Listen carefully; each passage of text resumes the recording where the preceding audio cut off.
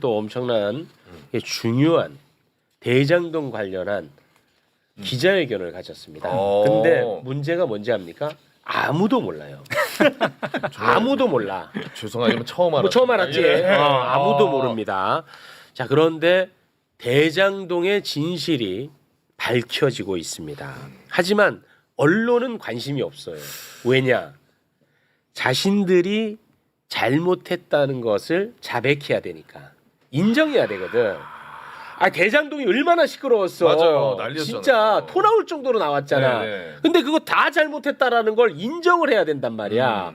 그러니까 언론은 쓰지 않습니다. 외면해버리는 거예요. 외면합니다. 그냥 세상에 존재하지 않는 것처럼 해요. 그러나 지금 진실의 퍼즐은 조금씩 맞춰져 가고 있습니다. 네. 자, 대장동 특혜 의혹이 간단하게 정리를 하고 가겠습니다. 이재명 성남시장 시절에 네. 성남시하고 민간이 공동으로 대장동 개발 사업을 한 거야. 아파트 짓는 거. 네. 근데 이제 그 대장동이 판교 근처라서 이게 또 아주 인기가 좋았나 봐. 예. 그런데 전임 시장은 민간에게 이 사업권을 다 넘겨주고 싶었어요. 네. 근데 이재명 시장이 들어오면서 그거를 민간 그리고 성남시 같이 해야 된다. 같이 한 거야. 아. 그 결과 성남시가 민간 업체가 챙겨갈 5,500억을 성남시가 챙기게 된 거예요. 이건 매우 성공한 사업입니다. 네. 그런데 요것을 그동안에 어떻게 바꿨었냐. 이재명이 민간 업자에게 선거 자금을 받는 대가로, 그러니까 돈을 받는 대가로 민간 업자에게 사업권을 넘겨줬다. 됐죠? 네. 돈을 준 구조는 어떻게 짰었냐? 민간 업자들이 유동규에게 돈을 주고 유동규는 이재명의 최측근 김용, 정진상 등에게 돈을 줬다. 네. 이게 구조야. 아, 네, 네, 네. 됐죠? 네. 잘 됐나요? 네. 네. 증거는 없고요. 오직 증언만 존재했습니다. 자, 개발업자의 핵심 인물인 남욱 변호사가 2022년 법정에서 뭐라고 진술했는지 잠깐 한번 보겠습니다. 네. 자, 자, 성남 도시개발공사가 설립되던 2013년 4월부터 8월까지 유동규 전 기획본부장에게 모두 3억여 원을 건넸다. 당시 유동규가 높은 분들에게 전달할 돈이라고 했고 그들을 형들이라고 지칭해 정진상, 김용으로 알고 있었다. 아, 이렇게 된 겁니다. 어허. 자, 그런데 이 남욱 변호사가 이번 정진상 재판에서 진술을 완전히 뒤집어 버립니다. 이번 재판에서 이번 얼마 네. 전이야? 9월 19일이야. 네. 그때 남욱 변호사의 법정 진술 한번 볼까요? 완전히 바뀌는데요. 유동규가 정진상과 김용에게 돈을 전달했다는 것은 2013년 당시가 아니라 2022년 이후 수사 과정에서 검사를 통해 다 처음 들은 사실이다. 아, 검사한테 들어. 엄청난 증언이야. 이거는 엄청난 그렇죠. 진술이야. 이게 이번 법정 진술입니다. 엄청나잖아. 네. 대한민국이 대장동으로 그렇게 시끄러웠는데 이거 왜 뉴스 안 나? 좀 엄청나죠. 네. 자, 그럼 진실은 과연 무엇일까? 진실. 퍼즐이 거의 다 맞춰졌는데요. 남욱의 5월 법정 진술을 한번 보겠습니다. 당시 유동규가 철거업자에게 빌린 돈 때문에 곤란한 상황이라고 말을 했고 돈이 필요하다는 이야기를 들은 건 분명하다. 유동규가 돈이 필요했다는 얘기입니다. 예, 네. 철거업자에게 빌린 돈 자꾸 제출하니까 이거 차야 돼. 빨리 돈 좀 줘. 이렇게 했다는 거야. 네네네. 자, 8월 12일 남욱 변호사의 법정 진술 보겠습니다. 이것도 재밌는데요. 네. 당시 유동규가 형들이라는 표현을 쓰지 않았다. 쓰지 않았다. 옛날 이야기랑 달라지죠. 자, 그러면 여기서 이제 진실이 밝혀집니다. 아까 철거업자 얘기 나온 거 다시 한번 올려주시겠습니까? 네. 자, 좀 전에 그 앞에 거 좀 전에 철거업자 이야기 나오는 거 아니. 철거업자에게 철거업자에게. 빌린 돈 때문에 요 다음 예. 철거업자에게 유동규가 빌린 돈 때문에 곤란하니까 돈이 필요하다고 얘기했다는 거잖아. 네. 됐지. 형들이란 얘기는 없었다고 했지. 그렇죠. 됐지. 자, 그런데 이 철거업자가요. 대법원에 진술서를 제출했다고 합니다. 그 철거업자가 그 철거업자가 네. 이 철거업자가 대법원에 제출한 진술서 중 핵심 부분만 살펴봅니다. 네. 당시 유동규로부터 3억 원을 전액 상환받았다. 받았다. 그럼 철거업자한테 다 간 거 아니야? 그렇잖아. 끝났잖아. 야, 이놈의 자식아. 야, 이놈의 자식아. 끝난 거 아니야, 임마 이제. 뭐야? 끝났어, 안 끝났어? 이거 완전히 딱 마무리되는 거 아니에요? 깔끔하게? 끝났잖아. 이런 걸 전문 용어로 똑 떨어진다 똑 떨어지잖아. 너 너 왜 근데 기사 이런 거 하나도 못 봤어? 죄송합니다. 대단한 이 엄청난 그러니까. 뉴스야. 자, 그러면 네. 여기서 그러면 남욱은 그동안에 왜 거짓말을 했을까? 5월 재판정에서 관련 이야기를 합니다. 보시죠. 22년, 자, 2025년 5월. 25년. 자, 뭐라고 얘기를 하냐면 이런 큰 사건에 연루가 돼서 검사들과 정영학이 허위 사실 프레임을 짜서 자신을 주범으로 몰아놓고 모르는 내용을 제가 했다고 했다. 구속도 되고 재판을 1년 넘게 받으면서 힘들게 받았다. 솔직하게 검사들과 싸우면서 하기가 쉽지는 않았다. 여기 2025년입니다. 이거 잘못 적힌 겁니다. 2025년입니다. 네. 검사들과 싸우면서 하기가 쉽지 않았다. 됐지. 야. 이제는 뭐 다 됐지. 네. 이제 우리 김현정 의원님 나와주세요. 네. 나왔어요. 아니, 이제 구현해 주셔야죠. 구현해 아니, 아빠 주셔야죠. 제가 할 걸 다 말씀하셔가지고 구현. 이제 핵심은 그겁니다. 이제 그 이 유동규니까 그 토건 비리업자들이 이제 유동규, 남욱 등이 기소된 것이 21년 10월달이었어요.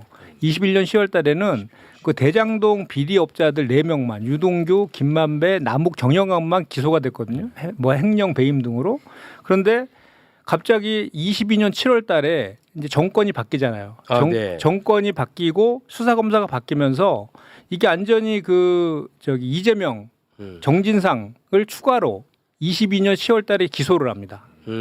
추가로 기소를 하는 거예요. 네. 그때 추가로 기소한 유일한 적이 유동규의 진술이었어요. 진술 하나였구나. 유동규 진술 하나. 그래서 유동규가 플리바게닝 한 거 아니냐. 검찰에 완전히 이제 그 매수되었다. 이런 비판들을 그 당시에 우리가 많이 했었잖아요. 그런데 이 대장동 사건의 핵심은 뭐냐면 이 그 인허가와 관련된 비리가 아니라 아까 그 인허가 관련된 비리가 아닌 걸 설명을 잘 해주셨잖아요. 네. 역대 최대 이익 환수를 냈던 성공적인 사업이었잖아요. 그렇습니다. 근데 사실 이 대장동 사건의 핵심은 그 대장동 토건 비리업자들하고 50억, 소위 50억 클럽이 있었잖아요. 그 사람들의 결탁이 사실은 본질이었어요. 네. 그래서 22년 초에 그 50억 클럽으로 대변되는 그 곽상도라든지 뭐 그 관련된 사람 박영수 특검이라든지 이런 사람들이 저 검찰의 수사도 받았었거든요. 네. 그런 것들이 싹 없어지고 22년 7월 달에 정권과 수사검사 바뀌면서 확 그냥 이재명, 정진상, 김용 쪽으로 그 프레임이 방향이 바뀌어버리죠. 바뀌어가지고 네. 이제 기소를 하게 된 거죠. 그렇습니다. 근데 그런 과정에서 우리가 그 당시에 의혹으로 제기됐던 유동규와 남욱의 진술 이런 것들이 다 조작되었다라는 우리가 주장들을 많이 했었는데 많이 했었죠. 그게 이번에 이제 확인이 된 이제 거죠. 확인된 거죠. 그런데 이제 더 큰 문제는 뭐냐면 앞에서 설명을 좀 했지만 그 남욱의 진술이 그 김용 전 부원장의 그 수사와 기소 그리고 유죄 판결에 그 아주 그 결정적인 증거였어요. 네. 남욱의 진술이. 아. 그 왜 항소심에서는 타임 구글 라인의 증거 능력자도 인정하지 않았었잖아요. 안 왔죠. 그러면서 이걸 가지고 유죄를 때린 거였거든요. 네. 근데 그 유죄의 가장 그 결정적인 것에 대해서 지금 진술이 번복되고 그렇습니다. 예, 그 번복되었기 때문에 이제 유죄 그 김용을 유죄로 판결한 그 재판이 잘못되었다. 네. 그렇기 때문에 이제 다시 대법원에서는 저 무죄 취지로 파기환송해야 된다라는 결론까지 가게 돼 있는 거죠. 네. 그리고 또 하나는 그 지금 정진상 전 실장 같은 경우에도 지금 재판 중이잖아요. 네. 공소 취소를 해야 되는 사유 아니냐. 그렇게 이제 저희가 이제 얘기를 지금 하고 있는 거고. 네. 그래서 이거를 더 이제 이 내용을 좀 신빙성을 좀 더하는 그 내용들을 보면은 그 얼마 전에 22일 날 법사위에서 왜 그 검찰개혁 입법청문회 열렸잖아요. 네. 거기에 대장동 김용을 수사하고 기소했던 강백신 검사가 나왔어요. 네. 강백신 검사가 나와서 뭐라 그러냐면 그 남욱의 진술은 그 사실이 아닌 부분이 많다. 이렇게 얘기했어요. 그래서 이제 전현희 최고가 질문을 했어요. 그 검찰 그 남욱이 22년도에 검찰에서 검사한테 들었다 그랬잖아요. 저 이제 3억 그 저기 줬다는 걸 형들한테 네네. 줬다는 것을. 네. 근데 그거에 대해서 그렇게 얘기한 적 있냐고 물으니까 애매하게 대답을 했어요. 지금 그 사실관계를 정리 중에 있다. 이렇게 이제 빠져나갔거든요. 그러면서 이제 핵심은 뭐냐면 강배신 검사가 이 기소할 때에 이 남욱의 진술을 결정적인 것으로 해서 기소했고 그걸 통해서 유죄를 받았다고 했는데 네. 거기 그 법사위에 나와서는 남욱의 진술이 사실이 아닌 부분이 많다. 이렇게 얘기를 했거든요. 그러니까 네. 남욱의 진술이 오락가락했다. 네네네. 라고 거기서 증언을 한 거예요. 그렇다고 하면 그러면 그 김용을 유죄로 그 선고했던 기소하고 선고했던 그 재판에 있어서만 또 남욱의 진술을 그 유일한 결정적인 증거로 제시했다. 그러니까 앞뒤가 안 맞는 앞뒤가 얘기잖아요. 안 맞지. 그러니까 강배신 검사 스스로도 네. 지금 그 자기가 그 기소하고 했던 그 내용에 대해서 자기 모순적인 증언을 한 것이죠. 심각합니다, 진짜 상황 자체가. 이사는 그 네. 검찰 개혁하고도 좀 연동해서 봐야 되는데 그렇습니다. 네. 소위 말하는 보안 수사권 문제가 상당히 지금 뜨거운 논란인데 아, 우리 김용남 의원님 앞에서 그런 얘기 해주면 좋습니다. 저는 이런 그림 좋아합니다. 네.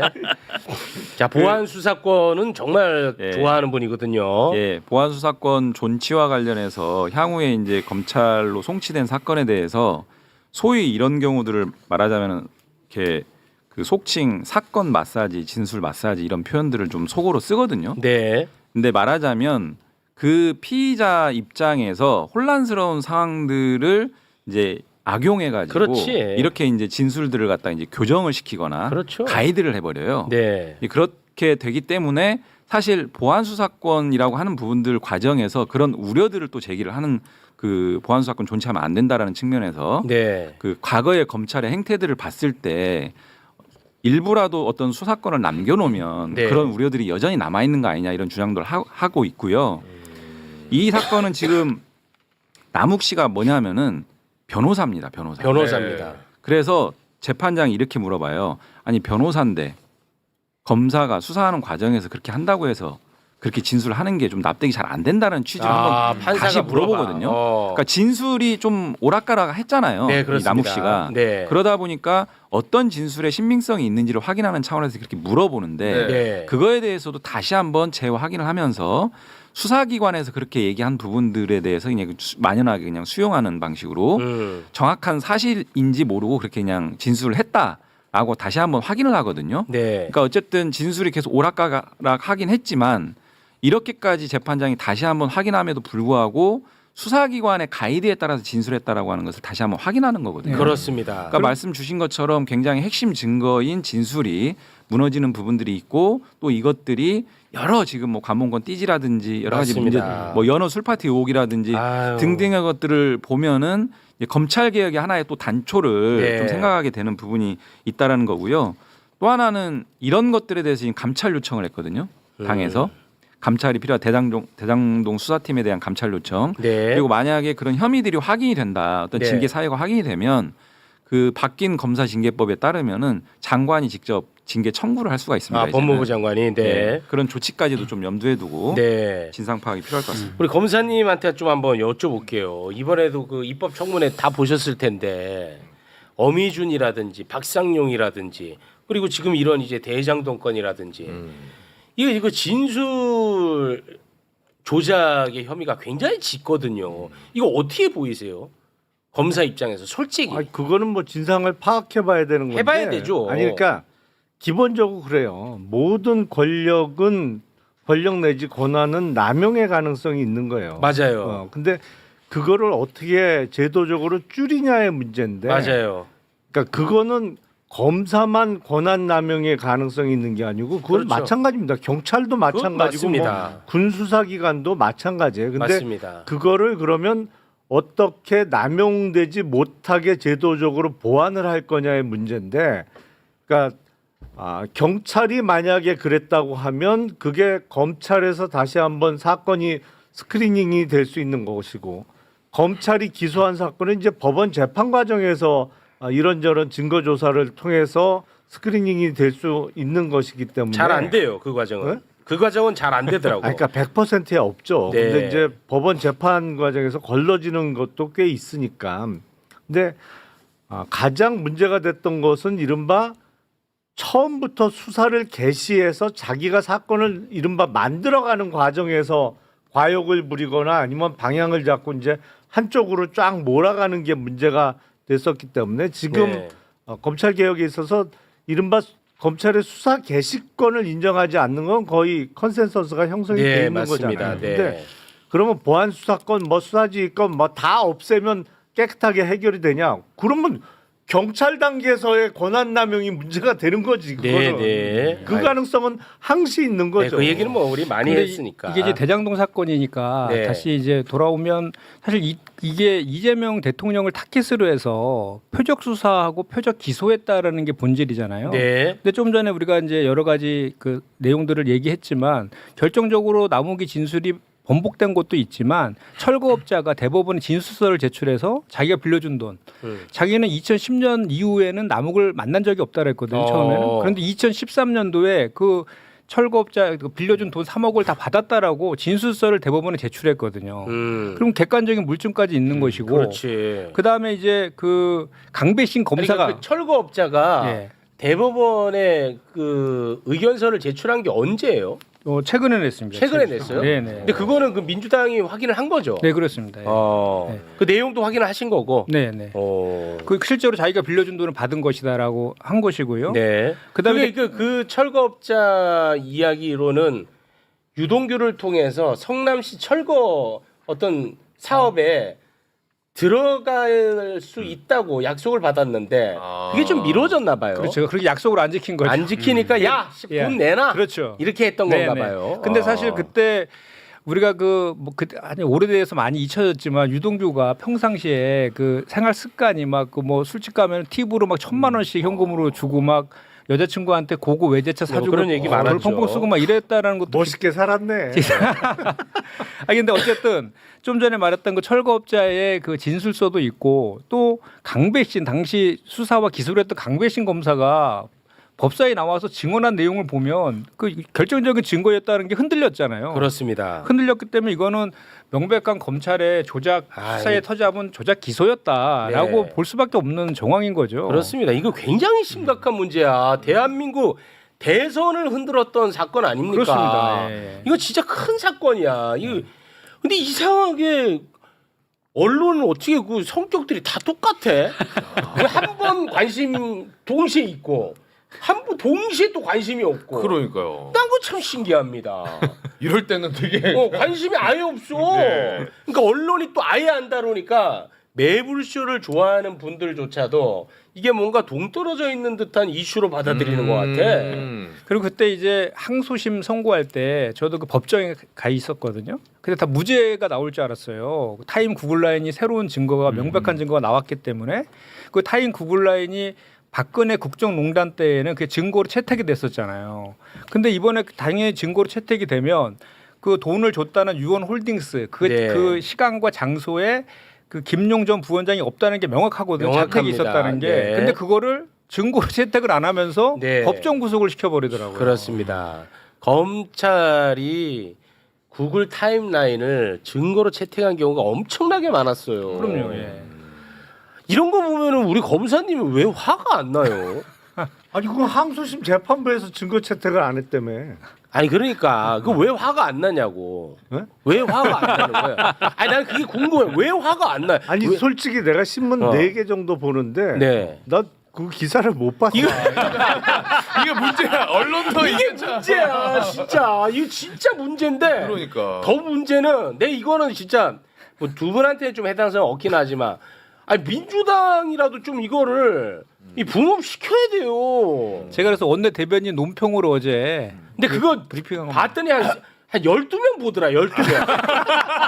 아 진짜 한 12명 보더라 그거. 와 진짜. 분발하셔야 야. 아 왜 그렇게 이렇게 인기가 없어요, 의원님은? 제가 인기가 없는 게 아니라 네. 우리 그 당의 그 저걸 안 보는 거겠죠.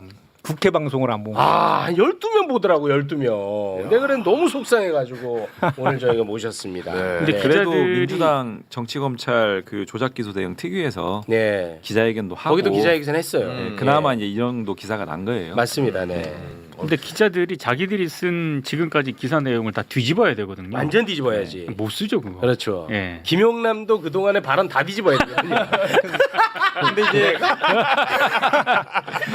내가 뭘 발언을 했는데 이 관련해 가지고 어제 한동훈 전 대표가 또 SNS에다가 기가 막힌 글을 올려가지고 그래요? 제가 반박 논평을 또 냈거든요. 네. 그러니까 저희가 지금 당에서 상법 개정하면서 주가가 많이 올랐잖아요. 네. 2차 상법 개정 그때 재계에서 이제 경영 활동 이축될 수 있으니까 배임죄 등 이런 형벌 같은 건 좀 완화시켜 달라는 요구를 계속했잖아요. 네. 그래서 이제 저희 당에서 경제 형벌 합리화 TF를 만들어서 경제 형벌에 대해서 전체적인 거를 검토해 가지고 좀 완화시키면서 대신 민사 책임을 강화시켜서 균형을 잡는 네. 그런 논의들을 하고 있는데 음. 느닷없이 그 배임죄를 민주당이 폐지하는 이유가 이 대장동 사건이 배임죄잖아요. 이재명 이걸 지키기가. 이재명을 덮으려고 하는 거다. 이렇게 또 네. 말도 안 되는 논리를 쓰더라고요. 예.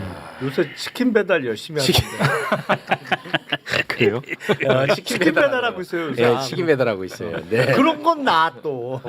그러니까 이 치킨 배달하는 게 뭐라고? 그거를 알고 계시고 이거 대한민국을 완전 떠들썩하게 했던 그거는 모르고. 아니 기사가 났으니까 본 거고 안 났으니까 내가 못 본 거지. 아 진짜 내 억울해. 잘못이야. 나는 아니 난 진짜 이게 문제가 있다니까. 아니 기사 많이 났는데 좀 찾아보세요. 아 많이 나진 않았어요. 네.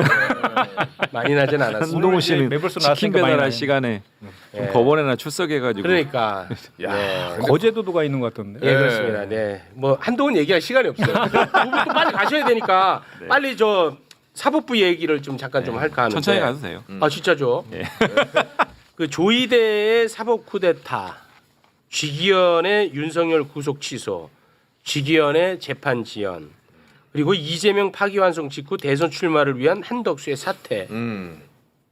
너무 이상해. 아무리 봐도 난 정말 내가 진짜 최선을 다해서 조이대 편이 돼서 한번 들여다봐도 이거는 설명이 안 돼. 그렇죠. 너무 이상하단 말이야. 네. 그런데 아무도 여기에 대해서 설명하지 않고 아무도 반성하지 않고 아무도 책임지지 않습니다. 그래서 여기에 대해서 법사위가 조이대 청문회를 개최하기로 의결을 했거든요. 9월 30일 오전 10시 개최하는데 일단 청문회 증인, 참고인을 채택을 했는데 그 부분만 잠깐 볼까요? 네.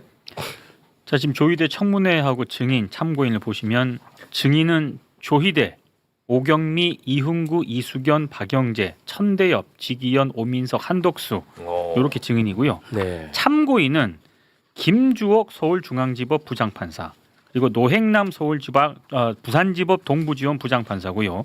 한인섭 변호사, 매불쇼 출연자. 그렇습니다. 네. 정규재 언론인 그리고 김선택 교수 이렇게 참고인입니다. 네, 김주옥, 노행남 이 두 분은 현직 판사인데 현직 판사임에도 불구하고 그야말로 진짜 직격탄을 날렸던 분들이거든요. 김주옥 과거에 저희가 한번 소개를 해드렸었는데 글 뭐 한 부분만 잠깐 볼까요? 예, 5월 7일에 김주옥 판사가 직접 올린 글입니다.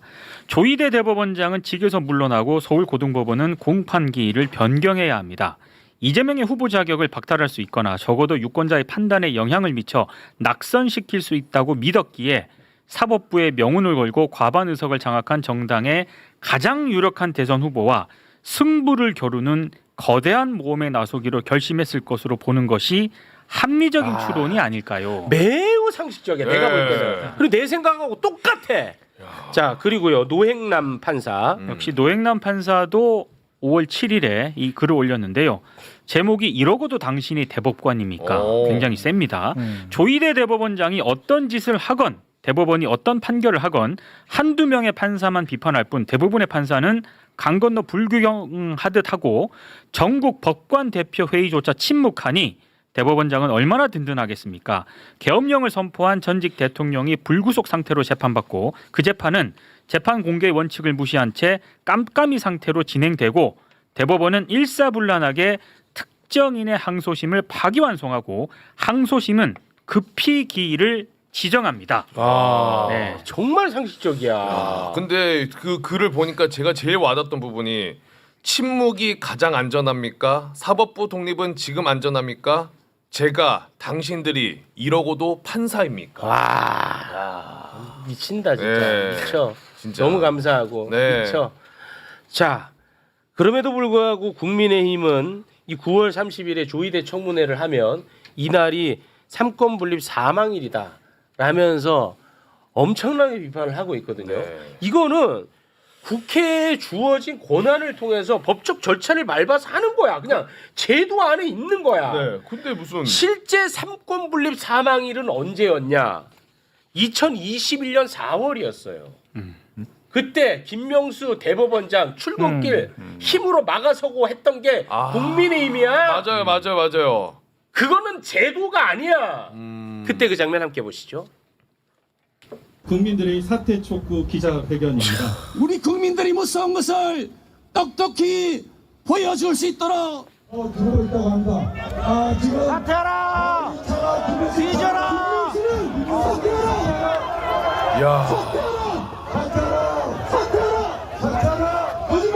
저 난리야 물리력으로.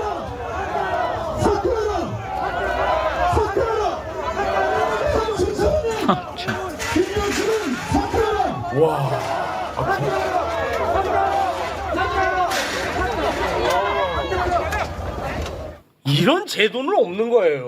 국민의힘에서 저렇게 했던 거죠? 국민의힘 의원들이 저 짓을 한 겁니다. 그건 폭력이죠. 폭력이죠. 불법.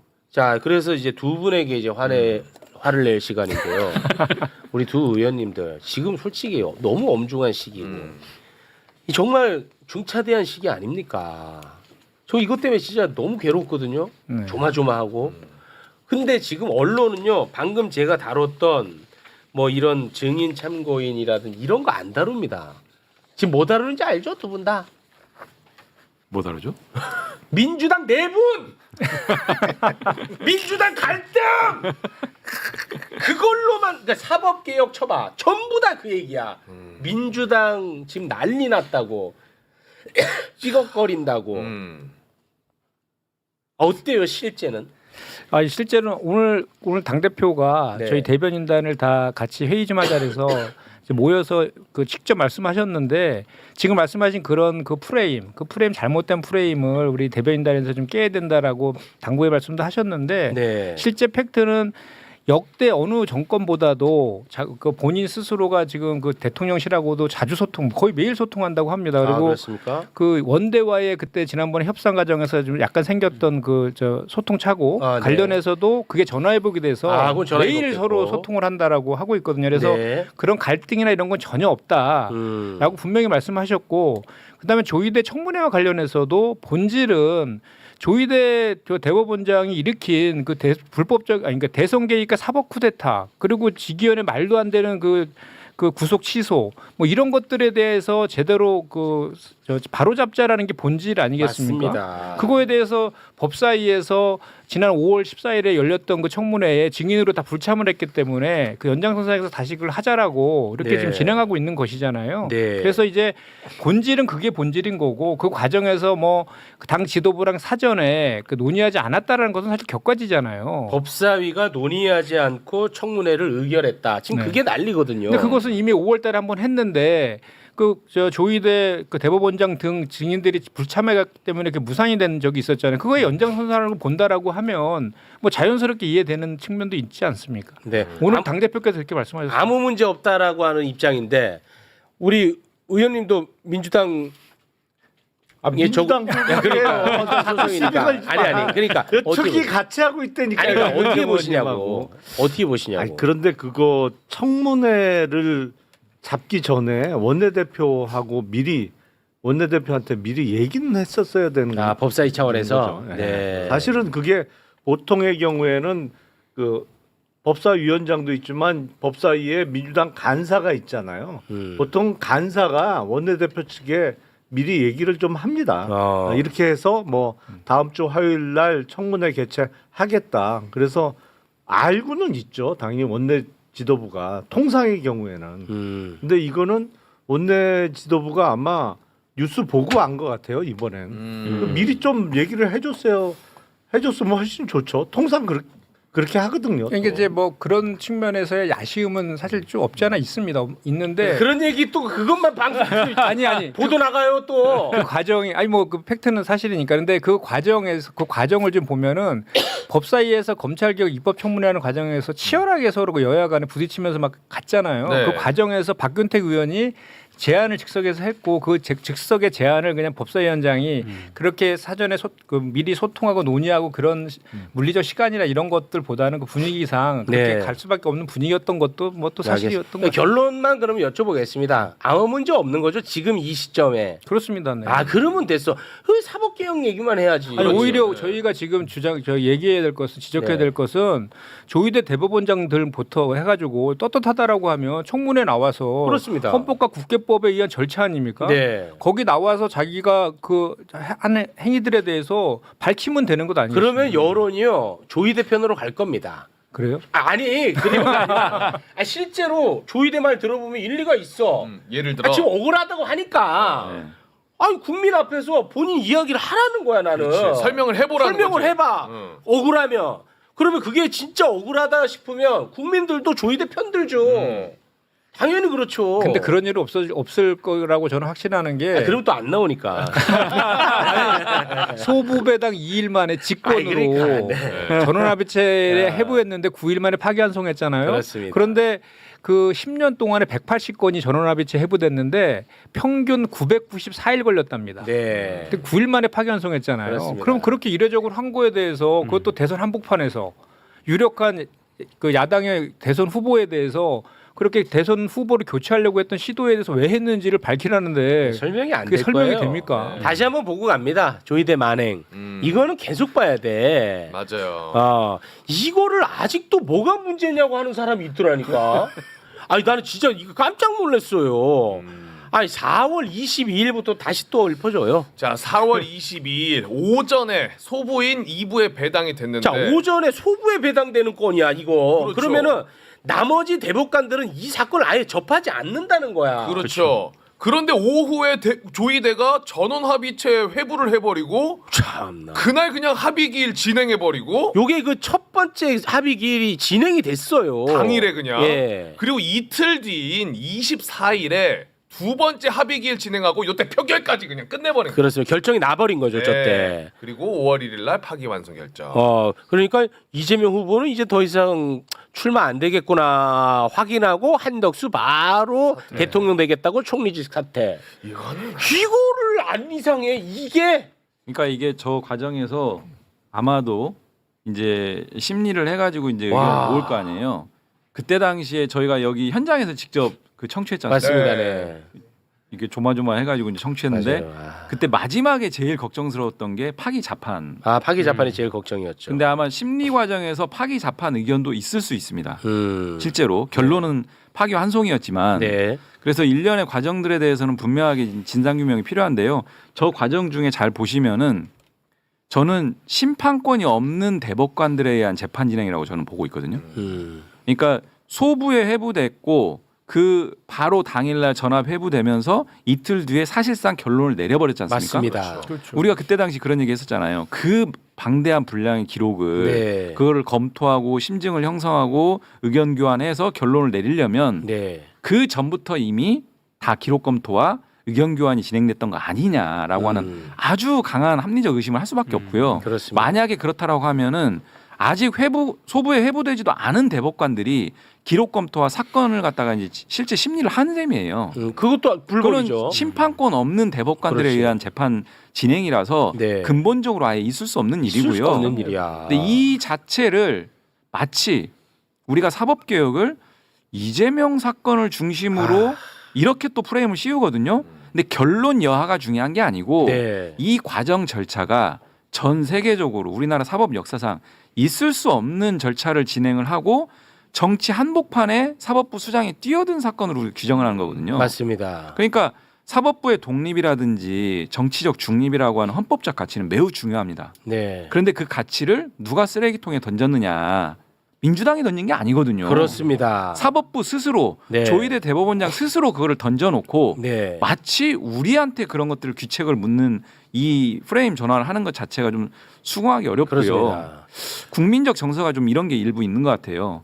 사법부는 그래도 최후의 어떤 판단 기관인데 좀 일단 좀 지켜봐야 되는 거 아닌가라는 인식들이 좀 일부 있는 것 같은데 네. 그것은 사법부가 본연의 역할을 제대로 했을 때 얘기지. 그렇죠. 상권 분립이라고 하는 것들도 각자의 역할들을 제대로 하면 굳이 관여하고 비판하고 견제할 필요가 없습니다. 근데 제대로 못했을 때를 위해서 서로 견제와 균형을 하라고 있는 게 상권 분립 원칙이거든요. 네. 지금 사법부가 얼마만큼 지금 휘청휘청하는 상황입니까? 그렇습니다. 입법부가 권한을 가지고 바로 잡는 과정인데 네. 이 부분을 마치 상권 분립을 훼손한다 이렇게 보는 것은 정치적 상권 분립 이론에 대해서 제대로 공부를 안 한 것이다. 네. 어제 생각합니다. 그 법사위 그 저기 청문회에서 박은정 의원이 그 검사장한테 물어봤어요. 지금 저기 구속 취소 날로 합니까 일로 합니까? 그랬더니 자기는 날로 한다고. 네네네. 이게 말도 안 되는 얘기잖아요. 그 물어보더라고. 아니 네. 그건 법상 날로 그러니까요. 하게 돼 있잖아요. 그게 그러니까요. 법에 날로부터 날까지로 돼 있다. 그러니까 소위 대법관이라고 하는 법원 행정처장조차도 한고 통해서 다퉈보라고까지도 한 사안인데 네. 이런 거에 대해서 사법개혁의 원인을 누가 제공하고 그렇습니다. 있는 겁니까? 그러면 거기에 대해서 조희대가 한마디라도 했냐 이거야. 안 하잖아. 그게 본질이라는 거야. 근데 오늘 아침에 그 보수 논객이 그 다시 한번 그 조희대의 난 좀 띄워주시겠습니까? 만행. 네. 조희대의 만행. 네. 아직도 뭐래요? 이 말도 안 되는 걸 보면서 뭐라고 하냐면 만약에 아니 너네들 이렇게 빨리 상고심이 진행되는 과정에서 이재명 무죄 받을 거라고 설레지 않았냐. 만약에 마지막에 무죄가 나왔으면 너네가 문제 삼았겠냐라는 얘기를 하더라고. 5월 1일 날. 자, 매불쇼 한번 돌려보라고 하고 싶어. 매불쇼에서 매번 했던 얘기가 뭐냐. 결과가 중요한 게 아니다. 뭐 무죄가 나오면 뭐 좋겠지만 그렇더라도 이거는 너무 문제가 있다 이 절차에. 그 얘기를 계속했다니까. 네. 매불쇼에서. 맞아요. 근데 그 거짓말하고 있더라니까 또 그 사람은. 근데 조금 전에 나왔던 표 있잖아요. 이 중요한 게 네. 3월 28일 날 사건 기록이 대법원에 온단 말이에요. 네. 근데 배당은 안 돼요. 원래 배당은 상고 이유서와 상대방의 답변서를 다 제출받은 다음에 배당하도록 돼 있어요. 그래서 네. 재판부 배당은 4월 22일 날 처음으로 된 건데 네. 내 생각으로는 분명히 3월 28일 날 기록이 대법원에 온 이후에 누군가는 재판 연구관한테 이 검토 보고서 작성하라고 시켰을 가능성이 매우 높아요. 배당이 안 된 상태에서. 안 된 상태에서. 네. 왜냐하면 이 4월 22일까지의 기간은 어떻게 침범할 수 없는 기간이에요. 그거는 이제 소송 기록 접수 통지를 받고 나서 며칠까지 상고이서 내고 이런 법상 보장되는 기간이 있기 때문에 이걸 땡겨서 어떻게 줄일 수는 없어요. 그런데 분명히 재판연구관 누군가에게는 미리 검토 보고서 작성하라고 시켰을 거야. 근데 누가 시켰겠느냐? 아마도 전원합의체 회부할 생각을 갖고 있던 사람이 시켰을 가능성이 높을 거란 말이에요. 근데 만약에 검사님 그 가설이 맞다면 다시 한번 좀 띄워주시겠습니까? 왜 굳이 4월 22일 오전에 소부에 배당을 해요? 아니 원래 소부 배당이 원칙이에요. 당연히. 그러니까 처음에는 소부 갔다가 전원합의체로 가야 돼요. 전원합의체로 가는 거죠. 그게 순서야. 근데 그것도 직권으로 또 올렸잖아요. 그렇죠. 통상의 경우에 어떻게 하냐면 대법원 소부는 대법관 4명으로 구성돼요. 네. 근데 이 4명의 대법관들이 회의를 해. 합의를 하는데 의견 일치가 안 돼. 안 돼. 갈려. 네. 뭐 2대2로 걸리든 뭐 누가 하나가 절대 뭐 3대1로 갈리는데 네네네. 한 명이 끝까지 반대. 절대 안 된다. 이거는 안 맞다. 그러면 전원합의체로 가는 거예요. 그래서 대법관 13명이 모여서 그럼 결론을 다 같이 내보자. 이렇게 흘러가는 거예요. 원래는. 알겠습니다. 그래서 원래 소부에 먼저 배당이 되는 게 원칙인데 저 사건은 소부의 대법관들이 어떤 심리를 할 시간도 없이 바로 전원합의체로 간 거죠. 그럼 말이 안 되는 네. 거고. 김현정 의원님 빨리 가셔야 되나 보군요. 제가 네. 3시 10분에 방송이 있어가지고 그러면은 먼저 일어나세요. 네, 저희는 좀 해야 될 게 좀 있어가지고. 하여튼 네. 하여튼 저기 그 조의대 청문회와 관련해서는 네, 갈등 없다. 예, 갈등은 없고 지금 이 그 사법 불신을 일으킨 사법부가 어떻게 하느냐에 따라서 더불어민주당도 그에 따르는 그 대응 수위를 계속 높여나갈 것이다라는 건 분명한 사실입니다. 아 그렇군요. 지난 5월달에도 저희가 저 사태가 발생했을 때 그 당시에 의총에서 특검, 국정조사, 탄핵까지도 강하게 주장들이 많이 나왔었거든요. 다만 대선 한복판이어서 그냥 넘어간 측면이 있는데 그건 여전히 살아있는 겁니다. 그래서 네. 조희대 대법원장이 대충 뭐 얘기해서 이렇게 무마시키거나 사법부 독립이라는 뒤에 숨어서 이렇게 무마시킬 내용은 절대 아니다. 그렇습니다. 말씀드립니다. 알겠습니다. 바쁜데 나와주셔서 대단히 고맙습니다. 지금까지 김현정 의원이었습니다. 대단히 고맙습니다. 네, 고맙습니다.